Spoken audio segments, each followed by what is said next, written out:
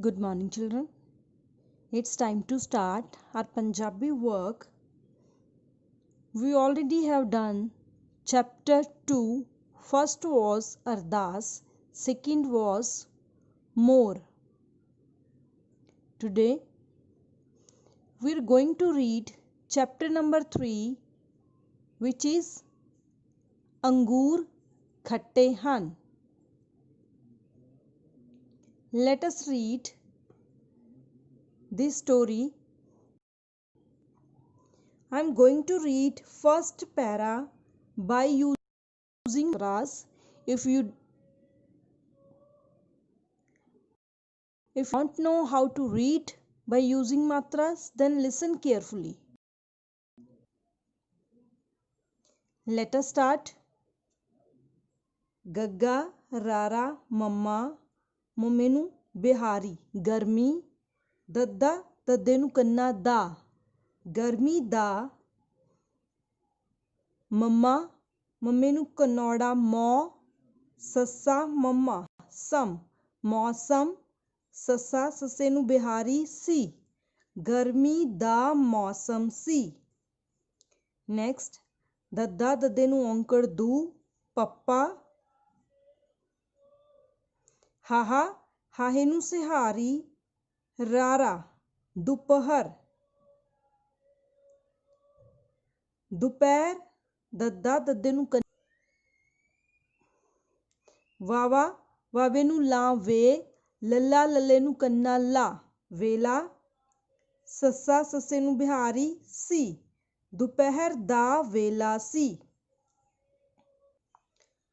ਈੜੀ ਈੜੀ ਨੂੰ ਸਿਹਾਰੀ ਈ ਕੱਕਾ ਉੱਤੇ ਅੱਧਕ ਇੱਕ ਲੱਲਾ ਲੱਲੇ ਨੂੰ ਦੁਲੈਂਕੜ ਲੂ ਉੱਪਰ ਟਿੱਪੀ ਲੂੰ ਬੱਬਾ ਡਾੜਾ ਡਾੜੇ ਨੂੰ ਬਿਹਾਰੀ ੜੀ ਲੂੰਬੜੀ ਬੱਬਾ ਹਾਹਾ ਹਾਹੇ ਨੂੰ ਔਂਕੜ ਤੱਤਾ ਬਹੁਤ ਭੱਬਾ ਭੱਬੇ ਨੂੰ ਔਂਕੜ ਭੂ ਉੱਤੇ ਅੱਧਕ ਖੱਖਾ ਖੱਖੇ ਨੂੰ ਬਿਹਾਰੀ ਖੀ ਭੁੱਖੀ ਸੱਸਾ ਸੱਸੇ ਨੂੰ ਬਿਹਾਰੀ ਸੀ ਇੱਕ ਲੂੰਬੜੀ ਬਹੁਤ ਭੁੱਖੀ ਸੀ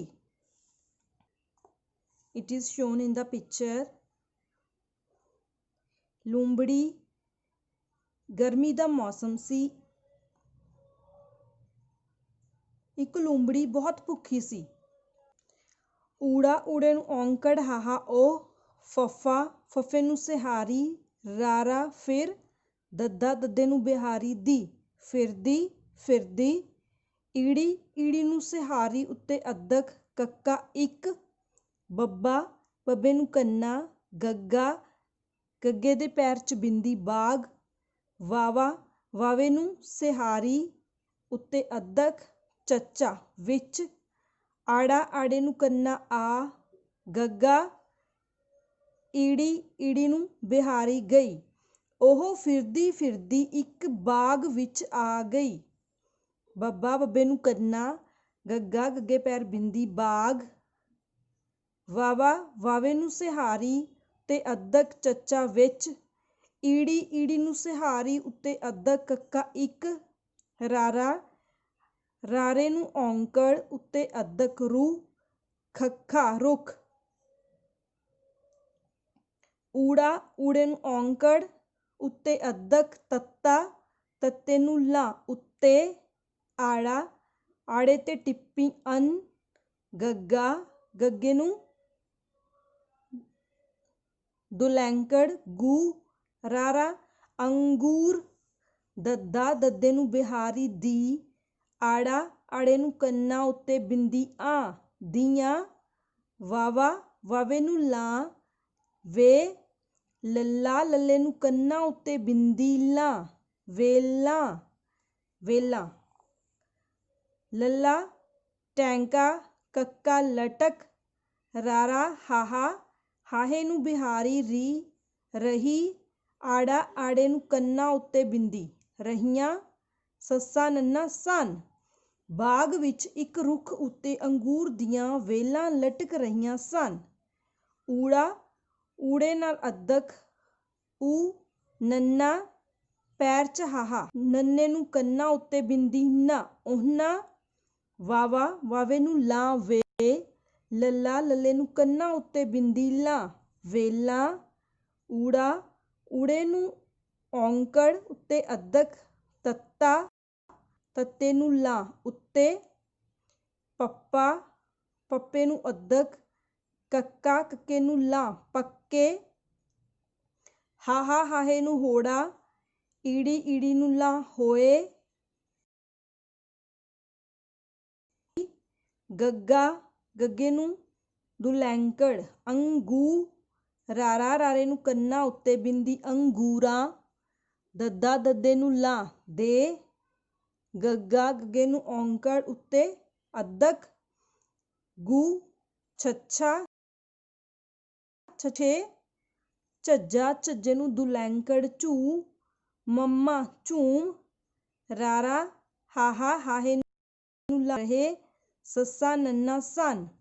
ਉਹਨਾਂ ਵੇਲਾਂ ਉੱਤੇ ਪੱਕੇ ਹੋਏ ਅੰਗੂਰਾਂ ਦੇ ਗੁੱਛੇ ਝੂਮ ਰਹੇ ਸਨ।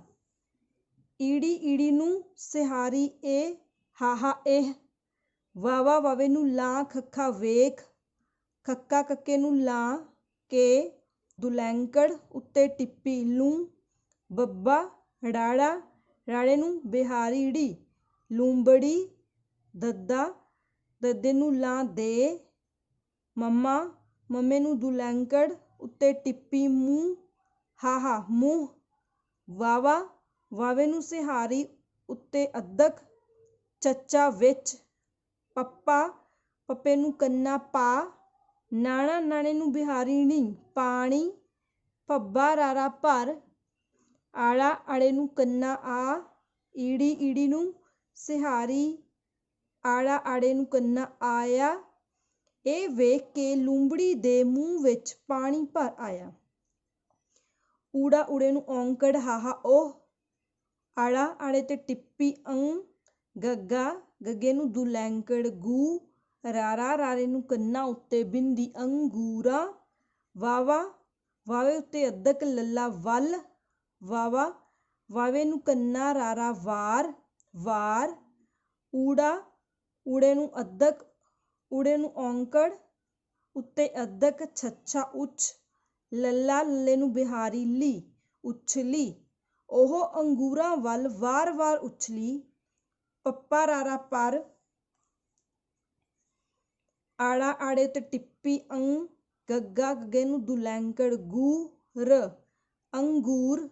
ਊੜਾ ਊੜੇ ਨੂੰ ਔਂਕੜ, ਸੱਸਾ ਉਸ, ਦੱਦਾ ਦੱਦੇ ਨੂੰ ਲਾਂ ਦੇ, ਹਾਹਾ ਹਾਹੇ ਨੂੰ ਅੱਧਕ, ਥੱਥਾ ਹੱਥ, ਨੰਨਾ ਨੰਨੇ ਨੂੰ ਕੰਨਾ ਨਾ, ਆੜਾ ਆੜੇ ਨੂੰ ਕੰਨਾ ਆ, ਸੱਸਾ ਕੱਕਾ ਕੱਕੇ ਨੂੰ ਲਾਂ ਸਕੇ, ਪਰ ਅੰਗੂਰ ਉਸਦੇ ਹੱਥ ਨਾ ਆ ਸਕੇ।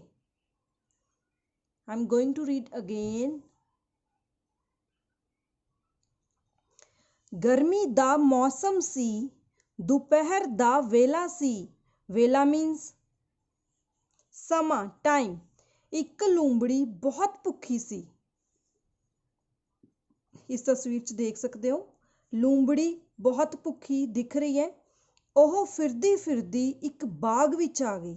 ਸਾ ਗਾਰਡਨ, ਬਾਗ। ਬਾਗ ਵਿੱਚ ਇੱਕ ਰੁੱਖ ਉੱਤੇ ਅੰਗੂਰ ਦੀਆਂ ਵੇਲਾਂ ਲਟਕ ਰਹੀਆਂ ਸਨ।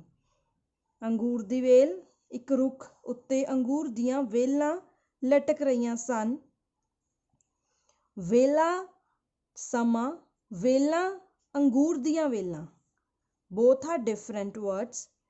ਉਹਨਾਂ ਵੇਲਾਂ ਉੱਤੇ ਪੱਕੇ ਹੋਏ ਅੰਗੂਰਾਂ ਦੇ ਗੁੱਛੇ ਝੂਮ ਰਹੇ ਸਨ। ਝੂਮ ਰਹੇ ਸਨ ਮੀਨਸ ਹਵਾ ਨਾਲ ਹਿੱਲ ਰਹੇ ਸਨ ਜਾਂ ਲਟਕ ਰਹੇ ਸਨ। ਅੰਗੂਰਾਂ ਦੇ ਗੁੱਛੇ, ਬੰਚ। ਇਹ ਵੇਖ ਕੇ ਲੂੰਬੜੀ ਦੇ ਮੂੰਹ ਵਿੱਚ ਪਾਣੀ ਭਰ ਆਇਆ। ਸੀਨ ਦਾ ਪਿਕਚਰ। ਉਹ ਅੰਗੂਰਾਂ ਵੱਲ ਵਾਰ-ਵਾਰ ਉਛਲੀ, ਪਰ ਅੰਗੂਰ ਉਸਦੇ ਹੱਥ ਨਾ ਆ ਸਕੇ। ਲੂੰਬੜੀ ਅੰਗੂਰਾਂ ਵੱਲ ਉਛਲ ਰਹੀ ਹੈ ਬਾਰ-ਬਾਰ, ਅੰਗੂਰਾਂ ਤੱਕ ਪਹੁੰਚ ਨਹੀਂ ਪਾ ਰਹੀ। ਉਸਦਾ ਦਿਲ ਤਾਂ ਲਲਚਾ ਰਿਹਾ ਸੀ। ਲਲਚਾ ਰਿਹਾ ਸੀ ਮੀਨਸ ਲਲਚਾ ਕੇ ਉਸਦਾ ਮਨ ਕਰ ਰਿਹਾ ਸੀ ਕਿ ਉਹ ਅੰਗੂਰ ਖਾਏ। ਉਸਨੇ ਮੁੜ ਕੁੱਦਣਾ ਸ਼ੁਰੂ ਕਰ ਦਿੱਤਾ। ਉਸਨੇ ਮੁੜ ਕੁੱਦਣਾ ਸ਼ੁਰੂ ਕਰ ਦਿੱਤਾ। ਟੱਪਣਾ ਸ਼ੁਰੂ ਕਰ ਦਿੱਤਾ ਅੰਗੂਰਾਂ ਦੇ ਵੱਲ। ਇਸ ਤਰ੍ਹਾਂ ਵਾਰ-ਵਾਰ ਯਤਨ ਮੀਨਸ ਕੋਸ਼ਿਸ਼ ਕਰਨ ਮਗਰੋਂ, ਮਗਰੋਂ ਮੀਨਸ ਤੋਂ ਬਾਅਦ ਵੀ ਉਹ ਅੰਗੂਰ ਨਾ ਖਾ ਸਕੀ। ਅੰਤ ਵਿੱਚ ਮੀਨਸ ਅਖੀਰ ਵਿੱਚ ਲੂੰਬੜੀ ਹਾਰ ਮੰਨ ਕੇ ਉੱਥੋਂ ਤੁਰ ਪਈ। ਮੀਨਸ ਜਦੋਂ ਉਸਦੇ ਹੱਥ ਅੰਗੂਰ ਨਾ ਆਏ ਤਾਂ ਉਹ ਹਾਰ ਮੰਨ ਕੇ ਉੱਥੋਂ ਵਾਪਿਸ ਚਲੀ ਗਈ। ਉਹ ਆਪਣੇ ਮਨ ਨੂੰ ਹੌਂਸਲਾ ਮੀਨਸ ਦਿਲਾਸਾ ਦਿੰਦੀ ਹੋਈ ਆਖਣ ਮਤਲਬ ਕਹਿਣ ਲੱਗੀ, ਇਹ ਅੰਗੂਰ ਤਾਂ ਖੱਟੇ ਹਨ, ਮੈਂ ਇਹਨਾਂ ਨੂੰ ਖਾ ਕੇ ਬਿਮਾਰ ਤਾਂ ਨਹੀਂ ਹੋਣਾ। ਇਹ ਆਖ ਕੇ ਉਹ ਜੰਗਲ ਵੱਲ ਚਲੀ ਗਈ। ਦੇਖੋ ਜੰਗਲ ਵੱਲ ਵਾਪਿਸ ਜਾ ਰਹੀ ਹੈ। ਕੀ ਕਿਹਾ ਉਸਨੇ? ਜਦੋਂ ਉਸਦੇ ਹੱਥ ਅੰਗੂਰ ਤੱਕ ਨਾ ਪਹੁੰਚੇ, ਜਦੋਂ ਉਹ ਅੰਗੂਰਾਂ ਤੱਕ ਨਾ ਪਹੁੰਚ ਸਕੀ ਤਾਂ ਉਸਨੇ ਇਹ ਕਹਿ ਕੇ ਆਪਣੇ ਮਨ ਨੂੰ ਹੌਂਸਲਾ ਦਿੱਤਾ ਕਿ ਇਹ ਅੰਗੂਰ ਤਾਂ ਖੱਟੇ ਹਨ ਤੇ ਮੈਂ ਇੱਕ ਅੰਗੂਰ ਖਾ ਕੇ ਬਿਮਾਰ ਨਹੀਂ ਹੋਣਾ। ਤਾਂ ਇਹ ਕਹਿੰਦੀ ਹੋਈ ਜੰਗਲ ਵੱਲ ਵਾਪਿਸ ਚਲੀ ਗਈ। ਭਾਈ ਗੁਰਦਾਸ ਨੇ ਸੱਚ ਹੀ ਆਖਿਆ ਹੈ। ਆਖਿਆ ਮੀਨਸ ਕਿਹਾ ਹੈ। ਗਿੱਦੜ ਦਾਖ ਨਾ ਅੱਪੜੇ ਅੱਖੇ ਥੂ ਕੌੜੀ। ਕੀ ਆਖਿਆ? ਅੱਖੇ ਮੀਨਸ ਆਖਣਾ ਕਹਿਣਾ, ਥੂ ਮੀਨਸ ਥੁੱਕਣਾ। ਗਿੱਦੜ ਦਾਖ ਨਾ ਅੱਪੜੇ ਅੱਖੇ ਥੂ ਕੌੜੀ ਕਿ ਜਦੋਂ ਸਾਡੇ ਹੱਥ ਵਿੱਚ ਕੋਈ ਚੀਜ਼ ਨਹੀਂ ਆਉਂਦੀ ਜਾਂ ਅਸੀਂ ਕਿਸੇ ਚੀਜ਼ ਤੱਕ ਨਹੀਂ ਪਹੁੰਚ ਪਾਉਂਦੇ ਤਾਂ ਅਸੀਂ ਉਸ ਚੀਜ਼ ਨੂੰ ਮਾੜਾ ਕਹਿ ਕੇ ਪਿੱਛੇ ਹਟ ਜਾਂਦੇ ਹਾਂ। ਜਿਸ ਤਰ੍ਹਾਂ ਇਸ ਕਹਾਣੀ ਵਿੱਚ ਲੂੰਬੜੀ ਨੇ ਕੀ ਕਿਹਾ? ਲੂੰਬੜੀ ਨੇ ਕਿਹਾ ਕਿ ਇਹ ਅੰਗੂਰ ਤਾਂ ਖੱਟੇ ਹਨ। ਇਹ ਅੰਗੂਰ ਤਾਂ ਖੱਟੇ ਹਨ ਇੱਕ ਅਖਾਣ ਦੇ ਤੌਰ 'ਤੇ ਵਰਤੀ ਜਾਂਦੀ ਹੈ। ਇਸ ਲਈ ਕੀ ਦਰਸਾਉਣ ਲਈ ਕਿ ਜਿਸ ਚੀਜ਼ ਤੱਕ ਅਸੀਂ ਨਹੀਂ ਪਹੁੰਚ ਸਕਦੇ ਉਸ ਚੀਜ਼ ਦੇ ਲਈ ਇਹ ਅਖਾਣ ਵਰਤੀ ਜਾਂਦੀ ਹੈ। ਗਿੱਦੜ ਦਾਖ ਨਾ ਅੱਪੜੇ ਅੱਖੇ ਥੂ ਕੌੜੀ ਕਿ ਜਿਸ ਚੀਜ਼ ਤੱਕ ਅਸੀਂ ਨਹੀਂ ਪਹੁੰਚ ਸਕਦੇ ਉਸ ਚੀਜ਼ ਨੂੰ ਮਾੜੀ ਕਹਿ ਕੇ, ਗਲਤ ਕਹਿ ਕੇ ਵਾਪਿਸ ਪਿੱਛੇ ਹਟ ਜਾਣਾ। ਕਲੀਅਰ?